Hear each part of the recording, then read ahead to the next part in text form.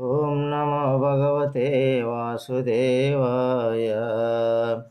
వాసుదేవాయ నారాయణాయ. శ్రీ గీతామాత్యం. గీతార్థ శ్రవణాసక్తో మహాపాపయుతోపి వా వైకుంఠం సమవాప్నోతి విష్ణునా సహమోదతే. అనేక పాపకృత్యములు చేసిన వాడైనను భగవద్గీతను శ్రవణం చేసినా వైకుంఠ ప్రాప్తి కలుగును. గీతార్థం ధ్యాయతే నిత్యం కృత్వా కర్మాణి భూరిశః జీవన్ముక్త సవిజ్ఞేయో దేహాంతే పరమం పదం.